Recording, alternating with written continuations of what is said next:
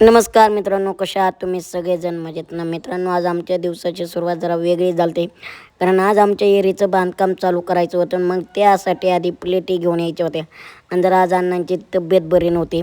मग अण्णा म्हणले तुम्ही जा आणि प्लेटी घेऊन या. मग तुम्हाला माहिती आहे ना, बापाचा आदेश आल्याच्या नंतर आपण काय माग हटतोय वय. मग काय ट्रॅक्टर चालू केला आणि जे निघालो प्लेटी आणायला. मग काय तुम्हाला माहिती आहे, जाता जाता चेन नाही पडत, 2-3 पोज. आज फायनली आमच्या एरीचं काम चालू झालेलं आहे आणि इकडं आमच्या एरीचं मटेरियल भरायचं चालू आहे. ही आमच्या इथल्या कारागिरांनी विहीर ते बांधलेली आहे मस्त. बघा प्लेटी ते कसे नेत आहेत. इकडे आमचे दादा प्लेटी रस्ता आहेत इकडं, आहे का नाही? आमची पण अशीच व्हायला पाहिजे बरं का येर. हां, फक्त आमचं असं मटेरियल लय वाया लावू नका हो गरिबांचं. नका हो लावी जाऊ, नका लावी जाऊ. मालकांना परवड पाहिजे राव. हे बघितलं का कसं आहे?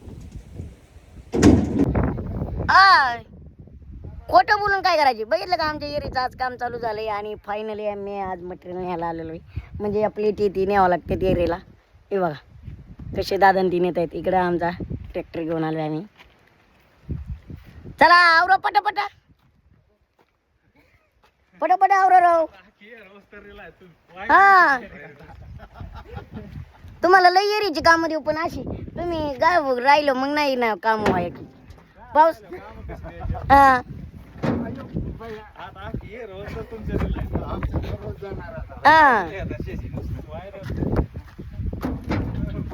थांबा थांबा, तुम्हाला मी नंतर सांगेन कमेंट बॉक्स मध्ये बरं का, यांना कामं द्यायची का नाही. आधी मला तर बघून द्या. नाही पण चांगलीत गडी चांगलीत, प्रेमळ आहेत माणसं. विनोद चालला पाहिजे थोडंफार, आहे का नाही? चला, व्हायरस नका म्हणू राव, व्हायरल म्हणा राव. तुम्ही म्हणताय डायरेक्ट व्हायरसच होईल. व्हायरस कसं होय? आपली यार किती दिवस लागेल काम करायला? 10 दिवस. 8 प्लेटीन 10 दिवस जाते का? हा,